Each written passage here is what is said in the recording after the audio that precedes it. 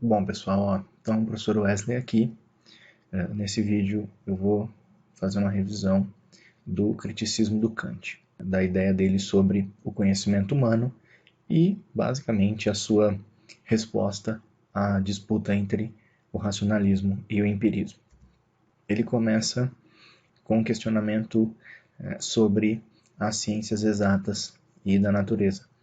Ele vai dizer que a matemática e a física, por exemplo, são ciências exemplares porque elas estabelecem respostas exatas e perfeitas sobre os seus objetos de estudo.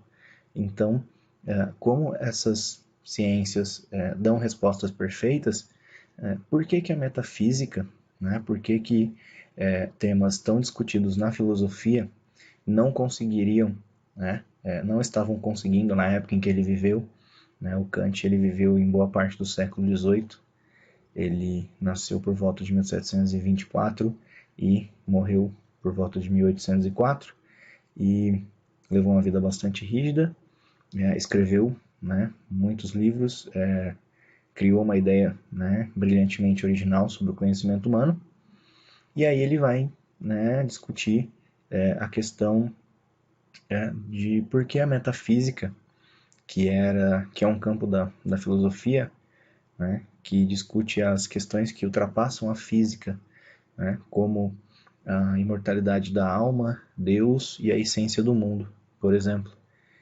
Ele vai dizer que por que esses temas metafísicos, né, da filosofia, eles eram temas discutidos de forma inútil e infindáveis, e por que eles não conseguiam dar respostas tão corretas quanto a matemática e a física, quanto as ciências da natureza. E é aí exatamente que o Kant vai buscar, né, as suas respostas e vai criar a ideia conhecida como criticismo, né, como criticismo kantiano, na qual ele vai criticar essa briga entre os racionalistas e os empiristas.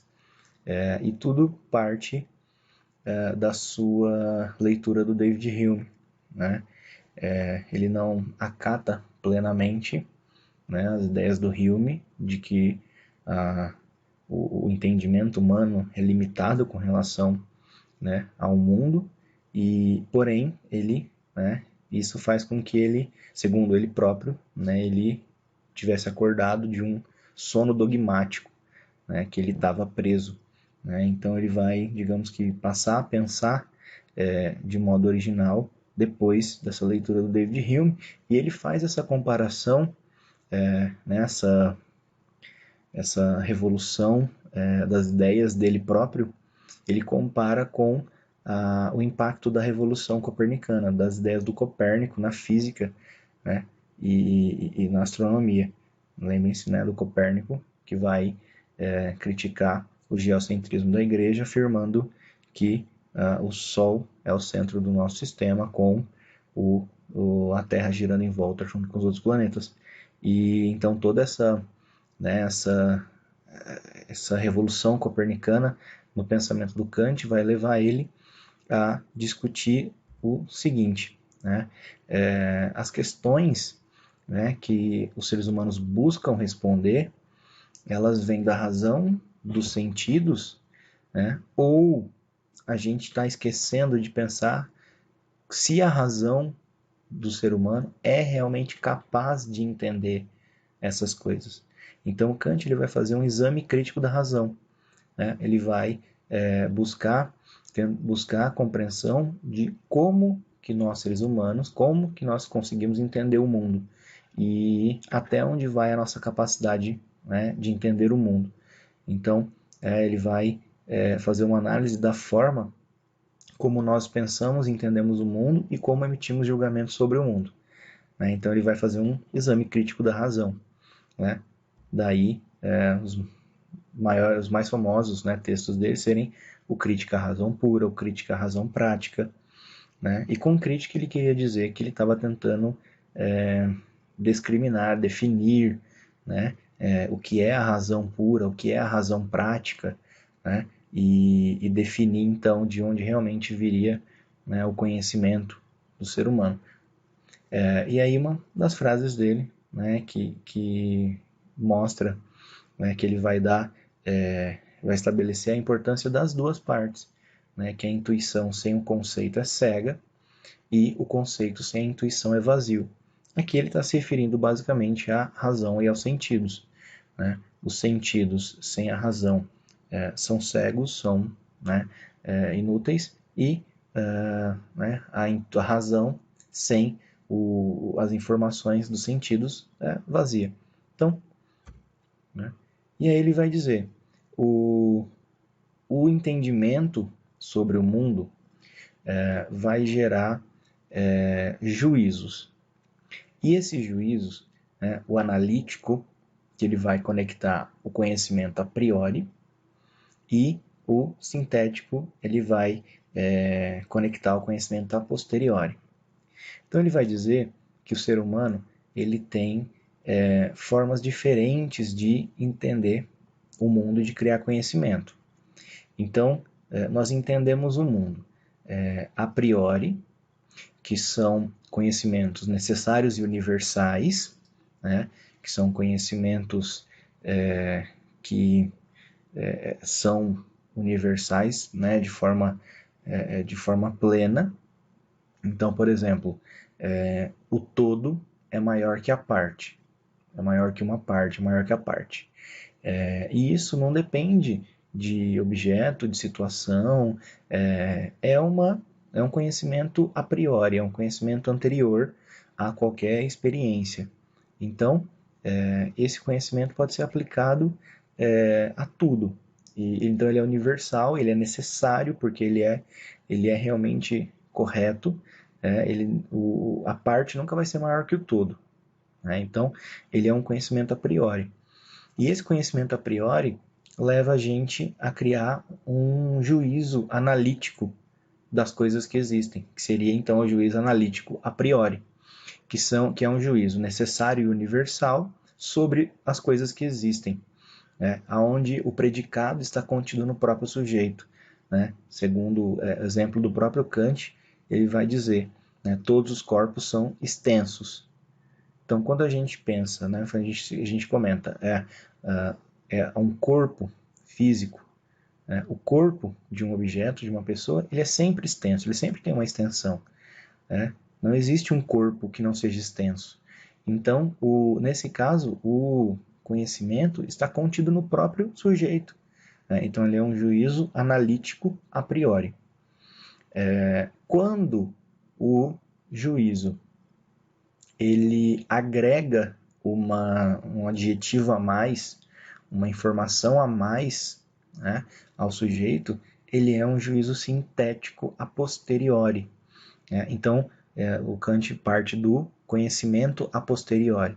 Então, ele vai dizer, existem duas formas de conhecimento. A priori, que é o conhecimento necessário e universal, e o conhecimento a posteriori, que é o conhecimento prático sobre o mundo.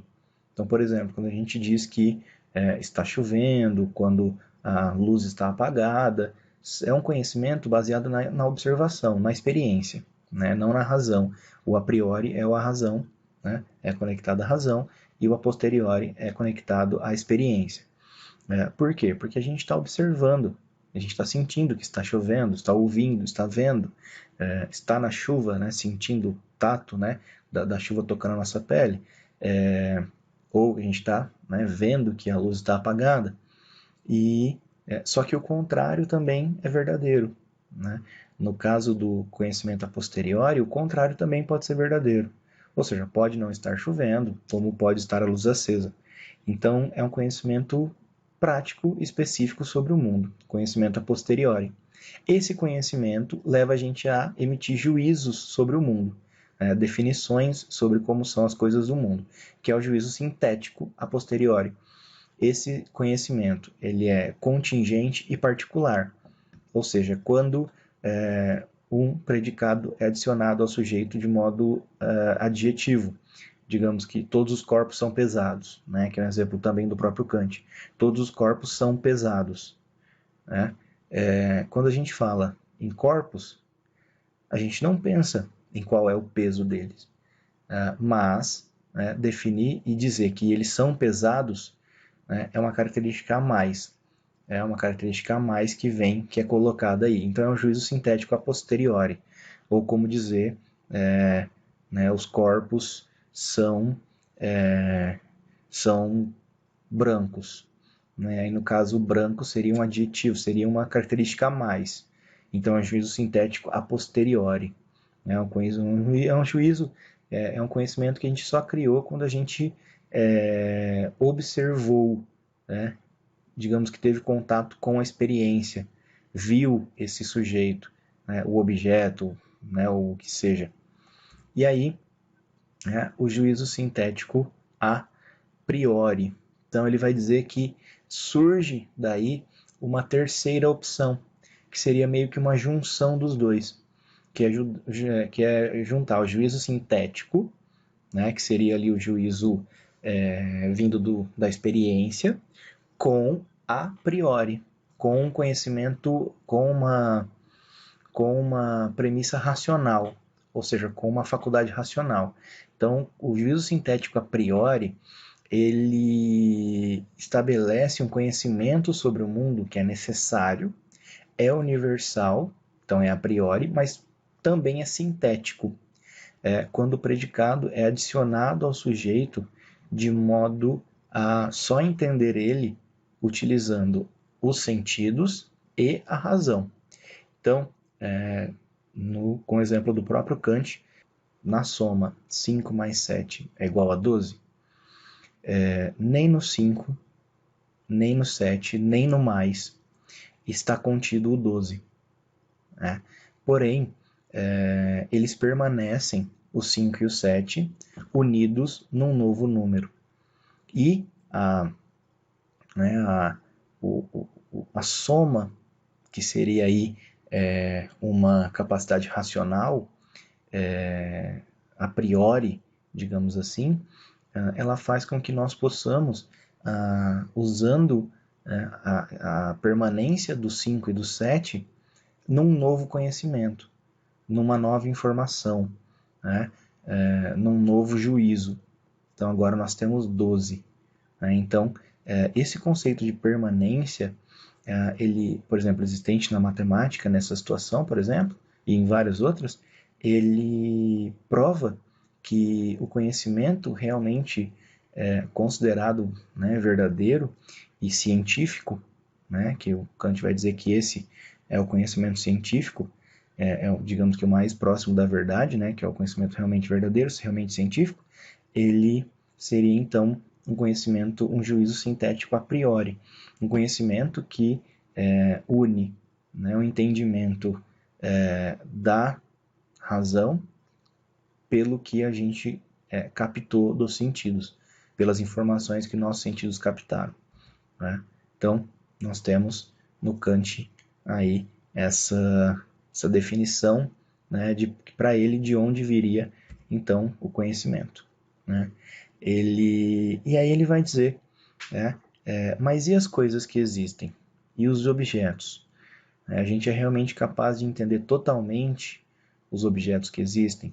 Então ele vai dizer, existe a intuição pura, que é a intuição antes da experiência, que é o que é unido pelo espaço e pelo tempo, que gera o conhecimento a priori.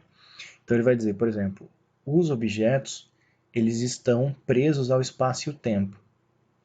Então, espaço e o tempo são características que não são nem da razão, nem da experiência. Então, isso faz com que os objetos a gente nunca consiga entendê-los plenamente. A gente consegue criar na nossa cabeça representações sobre, né, as coisas que existem. Essas representações, elas são válidas? Elas são importantes? Sim, mas não são exatamente as coisas em si. Né? Então, aquela ideia dele do conhecimento, a priori e a posteriori, o conhecimento que vem da razão e que vem da experiência, é criado dessa forma. E aí, né, no Crítica da Razão Pura, ele vai dizer, né, devemos distinguir o fenômeno da coisa em si, que ele vai chamar de númeno. Né? O fenômeno é o modo como as coisas aparecem para nós. Então, por exemplo, nessa imagem, né, o cachorro correndo em direção ao homem. O cachorro é a coisa em si. Então, ele é o númeno né? E as características dele estão presas ao espaço e o tempo. E como o espaço e o tempo não são características nem da experiência, nem da razão, nós não temos condições de conseguir ter total, conhecimento sobre o cachorro. Porém, a forma como, né, ele aparece para a gente, que é o fenômeno, fica registrada na nossa mente e a gente pode usar ela para criar um conhecimento que nos vai dar um conhecimento significativo sobre o mundo. Então, o Kant ele vai delimitar aí a razão humana dessa forma, ok?